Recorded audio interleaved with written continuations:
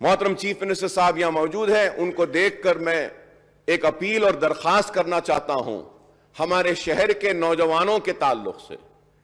کہ آج ہمارے شہر میں نوجوان بھٹک رہے ہیں,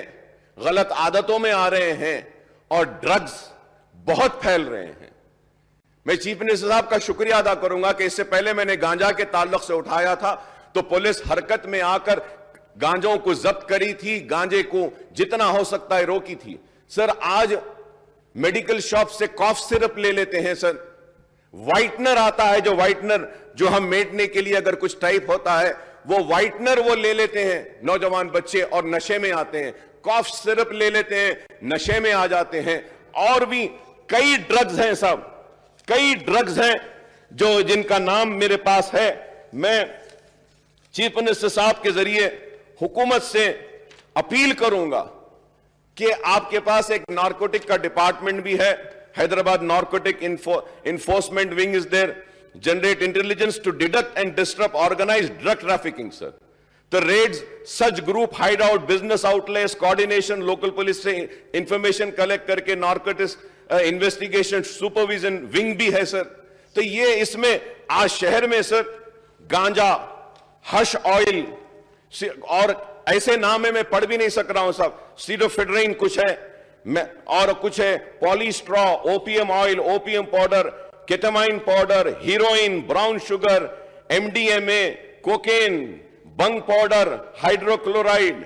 یہ سارے صاحب یہ ہماری نوجوان نسل کو تباہ کر رہے ہیں. میں آپ کے ذریعے کہوں گا کہ یہ بہت سیریس مسئلہ ہے سر. جتنے شہر گروہ ہوتے جاتے میٹروپولیٹن, وہاں پہ یہ ڈرگز کے لوگ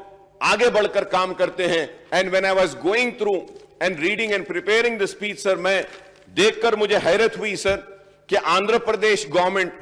ریسنٹلی ایک report sir, they have tabled and had a MLAs and MPs meeting in Andhra Pradesh sir. A recent report of narcotic wing of Andhra Pradesh police says that 40% of drug addicts are blackmailed to become peddlers and carriers and stockists. During the curtail is about rupees 3,200 crore in Telangana and rupees 2,400 crore in Andhra Pradesh sir. مطلب کہ یہ کاروبار اتنے کروڑوں روپے کا ہو رہا ہے. سر میں آپ کے ذریعے چیف منسٹر صاحب سے درد مندانہ اپیل کرتا ہوں کہ ہماری نوجوان نسل کو ہم کو بچانا ہے. اور آپ اس کے اوپر بھی دیکھیے سر کہ یہ فارمیسی کے سٹورز کھولنے کی جو اجازت دی جاتی ہے, ہمارے فارمیسی کے انسپیکٹرز کو بھی ٹائٹ کرنا چاہیے اور ان کو بولنا چاہیے کہ یہ کاف سرپ اور یہ دوسرے